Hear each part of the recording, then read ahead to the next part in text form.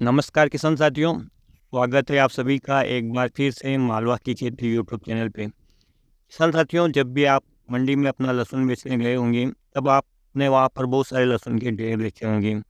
वहाँ पर आपने देखा होगा कि कुछ ढेर में लहसुन के जो कंद हैं, उनकी चमक अच्छी है, उनका वज़न अच्छा है। यहाँ कभी आपने अपने पड़ोसी से कंपेयर किया होगा कि जो उसके खेत से लहसुन निकला है, उसमें वज़न अच्छा है और चमक अच्छा है, वहीं आपके खेत में भले ही वो पास में हो, उसमें वज़न भी कम है और चमक भी वैसी नहीं है, जिसके कारण कि बाज़ार भाव आपको ठीक तरह से नहीं मिलता है। तो लहसुन क्या चमक बढ़ाने के लिए, वज़न बढ़ाने के लिए क्या कुछ किया जा सकता है? किसान साथियों, अलग से तो कोई ऐसा प्रोडक्ट है नहीं, जिसका प्रयोग करके आप लहसुन में चमक और वज़न बढ़ा सकते हैं। लेकिन जो कुछ भी होता है, ये सब डिपेंड करता है आपके खेत में उपलब्ध पोषक तत्वों के ऊपर। किसान साथियों, आपके खेत में कौन-कौन से पोषक तत्व उपलब्ध हैं, उन्हीं के ऊपर डिपेंड करता है कि जो आपके जो लहसुन की जो गाँठ है, उनका वज़न, उनकी स्टोरेज क्षमता, उनकी जो शाइनिंग यानी चमक, वो सभी कुछ आपकी मिट्टी में जो उपलब्ध पोषक तत्व उनकी मात्रा के ऊपर डिपेंड करता है। जिन खेतों में पोटेशियम तत्व यानी पोटाश की भरपूर मात्रा होती है, उन खेतों में जो लहसुन का जो गाढ़ बनता है, वो वज़नदार बनता है और ठोस बनता है और उसकी शाइनिंग भी अच्छी रहती है। और वहीं जिन खेतों में नाइट्रोजन की मात्रा अधिक रहती है, उनमें भले ही लहसुन का कंद बड़ा बन जाए, लेकिन उसका जो वज़न होता है वो कम होता है, उसकी शाइनिंग भी कम होती है, उसकी स्टोरेज क्षमता भी कम होती है।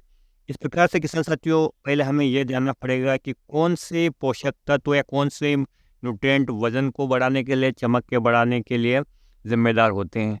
तो पिछले एक वीडियो में भी मैंने आपको बताया था कि ऐसा कोई प्रोडक्ट नहीं है जो लहसुन का चमक या वज़न बढ़ा सके। इसके लिए किसान साथियों, वज़न बढ़ाने का और कंद को ठोस बनाने का जो काम करता है, इसका साइज़ बढ़ाने का जो काम करता है, वो होता है पोटेशियम तत्व। और पोटेशियम तत्व की पूर्ति करते हम पोटाश से, अर्थात जिन खेतों में पोटाश की मात्रा अधिक होगी, ऑटोमेटिक रूप से वहाँ पर कंद का जो साइज़ है वो बड़ा बनेगा, चमकदार बनेगा, ठोस बनेगा और उसकी स्टोरेज क्षमता भी अच्छी रहेगी।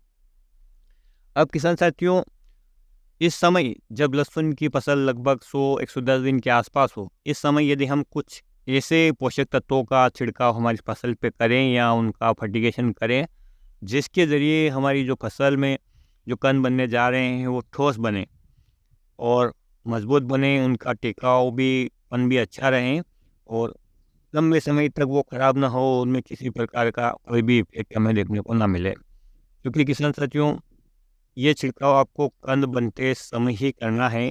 कंद बनने के बाद इसका कोई इफ़ेक्ट देखने को नहीं मिलेगा, क्योंकि लहसुन की फसल में 90 से 100 दिन के आसपास जब कंद बनने लगे, तब मैं आपको 2-3 प्रकार के कॉम्बिनेशन बता रहा हूँ। आपको जैसा उचित लगे, वैसा आप प्रयोग कर सकते हैं। किसान साथियों, इनमें किसी प्रकार का कोई नुकसान नहीं है। बिना पीजीआर के भी यदि आपके खेत में अत्यधिक मात्रा में नाइट्रोजन में पौधे की वृद्धि हो रही है, तो भी आप यदि इनमें से एक कॉम्बिनेशन में जो बताने जा रहा हूँ, उसका प्रयोग करते हैं, तो ये आपका जो लहसुन का जो गाँठ है, वो चमकदार बनेगा, ठोस बनेगा और जो उसकी स्टोरेज क्षमता है वो भी लॉस नहीं होगी और न ही उसके कोई अंकुरण पे प्रभाव पड़ेगा। किसान साथियों, पिछले एक वीडियो में भी मैंने आपको बताया था कि जो क्वालिटी को मेंटेन करने वाला सबसे जो पोषक तत्व है, चाहे वो लहसुन की फसल हो, चाहे प्याज की फसल हो या किसी भी प्रकार की फसल हो, वो जिम्मेदार होता है किसान साथियों पोटेशियम तत्व। इसलिए इस समय आप पोटेशियम तत्व का प्रयोग करें और साथ में चमक बढ़ाने के लिए बोरोन का प्रयोग करें। किसान साथियों, बोरोन न केवल तना फटने को, गांठ फटने को रोकता है, बल्कि जो फल होते हैं उनकी शाइनिंग को भी बढ़ाता है। इसलिए इस समय जब आपकी फसल 100 दिन के आसपास चल रही हैं, तब आप उसमें जो पहला कॉम्बिनेशन है वो 0050 और इसके साथ आप बोरोन का मिक्स करके स्प्रे कर सकते हैं।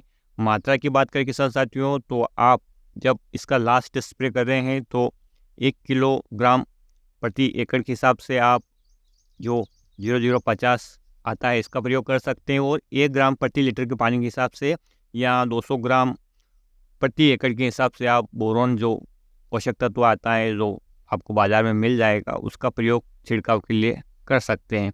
यह है किसान साथियों पहला कॉम्बिनेशन और इसके बारे में आप जानते भी होंगे, बहुत सारे यूट्यूब वीडियो के माध्यम से भी आपको पता होगा या अन्य किसी भी प्रकार से आपको इस कॉम्बिनेशन के बारे में पता है।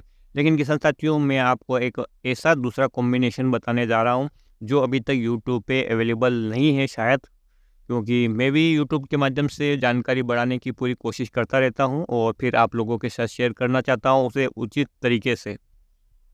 जो दूसरा जो कॉम्बिनेशन है किसान साथियों, बहुत ही सस्ता भी है और बहुत ही अच्छा भी है। इसमें भी आपको पोटेशियम भी मिल जाएगा और चमक बढ़ाने के लिए आपको इसमें एक बोरोन की जगह अन्य पोषक तत्व मिलेगा और एक आपको इसमें मिलेगा सल्फर। किसान साथियों, तीनों का अपना अपना रोल होता है और सबसे बड़ी बात किसान साथियों, ये जो आपके पौधे की अनावश्यक वृद्धि होती है नाइट्रोजन के कारण, उसको ऑटोमेटिक रोक देता है, जिससे कि आपकी जो पौधे की ताकत है वो कंद बनने की ओर डाइवर्ट हो जाती है। यदि आप इस प्रोडक्ट का प्रयोग करते हैं तो फिर आपको पीजीआर करने का स्प्रे करने की कोई ज़रूरत ही नहीं है। किसान साथियों, इसको बोलते हैं पोटेशियम सोनाइट। इसमें पोटेशियम की मात्रा भी होती है, इसमें मैग्नीशियम की मात्रा भी होती है, इसमें सल्फर की भी मात्रा होती है। इन तीनों की जो मात्रा है किसान साथियों, वो आप स्क्रीन पे देख पा रहे हैं। सबसे बड़ी बात किसान साथियों, ये आप इसकी ड्रेंचिंग भी कर सकते हैं, इसका स्प्रे भी कर सकते हैं। यदि आप इसकी ड्रेंचिंग करना चाहते हैं तो आपको 4 से 5 किलो प्रति एकड़ के हिसाब से इसका डोज रहेगा। आप इसे ड्रिप फर्टिगेशन के द्वारा दे सकते हैं। किसान साथियों, यदि इसका स्प्रे करें तो आप 1 किलोग्राम प्रति एकड़ के हिसाब से इसका डोज लेना है और कम से कम 1 एकड़ में 200 लीटर पानी का यूज़ आपको करना ही करना है। किसान साथियों, यदि आप पोटेशियम सोनाइट ले रहे हैं तो इसके साथ मैं कहना चाहूँगा, आप किसी भी और प्रकार का ना तो कोई फंगिसाइड मिलाएं, ना ही कोई इंसेक्टिसाइड मिलाएं, केवल इसका सिंगल स्प्रे करें, आपके रिजल्ट 2 गुना बढ़ जाएंगे। किसान साथियों, तीसरे कॉम्बिनेशन की बात करें, यदि आपको पोटेशियम सोनाइट आपके एरिया में अवेलेबल नहीं होता है, तब आप क्या करें? तो किसान साथियों, इसकी जगह आप 0050 लेंगे, लेकिन 500 ग्राम की मात्रा में, और इसमें साथ में लेंगे मैग्नीशियम सल्फेट, वो भी लेंगे आप 500 ग्राम की मात्रा में, और इनका स्प्रे भी आप करेंगे तो वही रिजल्ट मिलेंगे जो आपको पोटेशियम सोनाइट के मिलेंगे। किसान साथियों, इसलिए आपको जैसा अवेलेबल हो जाए, आपको जो पोटास 0050 और ये जो बोरोन है, इसका थोड़ा खर्चा 400 रुपये के आसपास प्रति एकड़ का लगेगा। वहीं यदि आप पोटेशियम सोनाइट की बात करें, इसका स्प्रे करते हैं तो आपको इसका खर्चा 150 रुपये प्रति एकड़ के हिसाब से लगेगा। और यदि आप 0050 और मैग्नीशियम सल्फेट का स्प्रे लेते हैं 500 ग्राम के हिसाब से, तो यही आप 300 रुपये के आसपास रहेगा, इससे ज़्यादा नहीं होगा।